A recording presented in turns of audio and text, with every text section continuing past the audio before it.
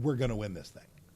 But that's the big if, do we? Has the country become so fallen and so stupid and so immature that we're just lost?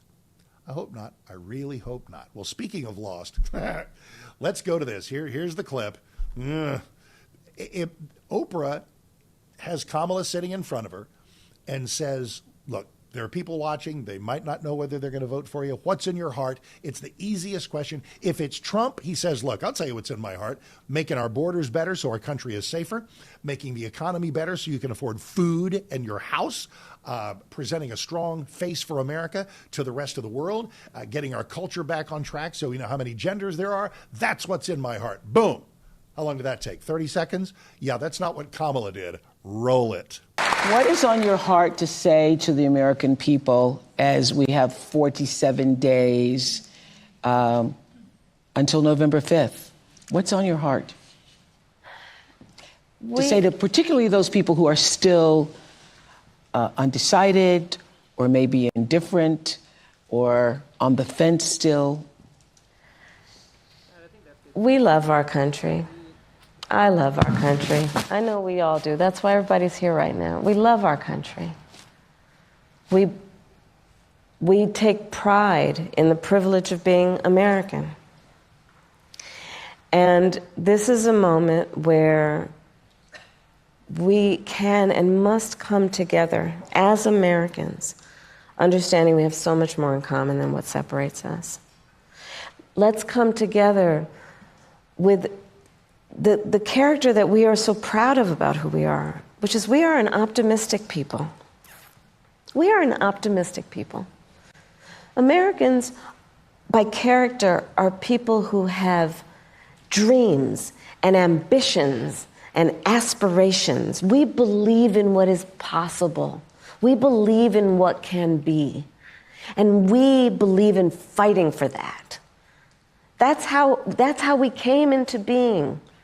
Because the people before us understood that one of the greatest expressions for the love of our country, one of the greatest expressions of patriotism, is to fight for the ideals of who we are, which includes freedom to make decisions about your own body, freedom to be safe from gun violence, freedom to have access to the ballot box, freedom to be who you are and just be, to love who you love openly and with pride, freedom to just be. And that's who we are. We believe in all that. And so this is a moment where we stand knowing what we are fighting for. We're not fighting against. It's what we're fighting for. Thank you. Oh, yes, thank you. Oh, yes, thank you so very, very much for so much conservative radio, talk show, or Salem News Channel video material. Oh, my heavens. Let me set something up for about 60 seconds, then we'll take our pause, come back, and start to take your calls, if you're even still here at this point. And my main goal to Mike is that I will not drive your listeners away, and I may be in danger of doing so. 1-800-655-MIKE. Does this matter? Is this echo chamber stuff, how terrible a communicator she is, or is it something that could really end up mattering on November 5th?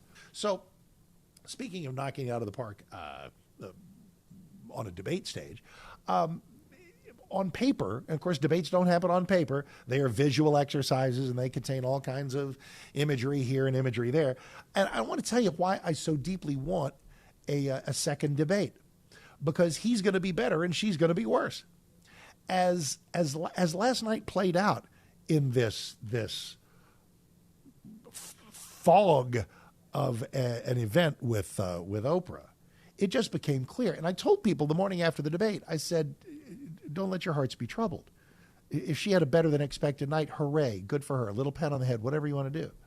But days will continue to play out. The real world will intervene. And every day is going to be an opportunity for her to be terrible again. And she has been regularly. Let me give you evidence. A guy asked, and this I don't know how he got in, because this is a very selected group of folks in there for the Kamala and Oprah Gab Fest. But here's a gentleman who asked her, what would you do to secure the border? And that's okay. Wow. I would have asked, please let somebody in there because this can only be an adventure for her. So here's a guy asking her, what would you do to secure the border? And you tell me what you think of the answer. What would be specific steps to strengthening the border? So it's a wonderful and important question. My background was as a prosecutor, and I was also the elected attorney general for 2 terms of a border state. So this is not a theoretical issue for me. This is something I've actually worked on. Okay. I have prosecuted transnational criminal organizations for the trafficking of guns, drugs, and human beings. I take very seriously the importance of having a secure border and ensuring the safety of the American people. Really? By doing what? Listen, I don't want to sneeze at anybody who's a prosecutor. That's a job. It's an important job. And prosecuting, gun runners and transnational gangs, that is a part of the risks of an open border. And listen, there's no shortage of gun runners and transnational gangs. Maybe an open border is good for business because the prosecutors are going to have their dockets full every day with the kind of open borders that we have now because of her and because of Biden. Her answer, shocker, had absolutely nothing to do with the question that was asked. And that was, what would you do to make the border better? So, all right, more of these adventures coming up in a moment. So when we last visited the Kamala and Oprah get-together, the list grew of things she simply had no answer for. We did borders. Now let's go to inflation. There are people there, and they're kind of wondering, and this is funny, too, because she has said, look, day one, you put me in there, and I'm going to make inflation better, which sparks the question, why don't you do it now? If only you were like in a position of power now, if only you were part of an administration currently that might be able to do something about inflation, maybe you could kind of get going on that before January 20th. But hey, enough about me. Let's go to what she had to say about inflation last night with Oprah. We really would love to know what your plan is to help lower the cost of living. Yeah, first of all, thank you both for being here. And yours is a story I hear around the country as I travel. And in terms of both rightly having the right to have aspirations and dreams and ambitions for your family and working hard and finding that the American dream is, for this generation and so many recently, far more elusive than it's been. And we need to deal with that. And there are a number of ways. One is bringing down the cost of everyday necessities, including groceries. Do I really have to do this anymore? I mean, today I don't. We're done. I got one more where she actually does say something that is a diagrammable sentence in the English language. It's about guns, and it may surprise you. Surprised Oprah. But the answer to the question, do we need to keep doing this, is an unqualified yes. Because clearly there are some people in the mushy middle who are apparently going to determine how this election goes and thus how the country is governed. They've got to be shown what a completely, wholly unserious person she is. But she was serious about one thing. We might call this guns for me, but not for thee. You know she's coming to get your guns, right? The mandatory gun buyback means I'm coming to get your guns. Meanwhile, Kamala and Oprah with a little firearms talk. I'm a gun owner. Tim Walz is a gun. I did not know that.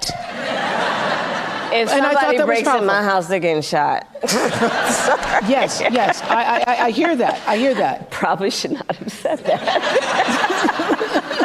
But my staff will deal with that later. Yeah.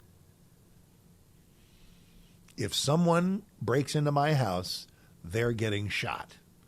That is something I have said often. Maybe you have as well. Kamala? Not so much. That's kind of I'm a gun owner. Tim Walz is a gun owner. Tim Walz is a total chowderhead, but I actually do believe that he has a gun in his house somewhere. Kamala, I don't know. I don't know. Does Dougie have a firearm somewhere? I don't even know, and I don't really care. I mean, you know what I want? Here's how I care. I want to keep the Second Amendment alive sufficiently so that Kamala can continue to have all the firearms she wants. I wish she felt the same about me.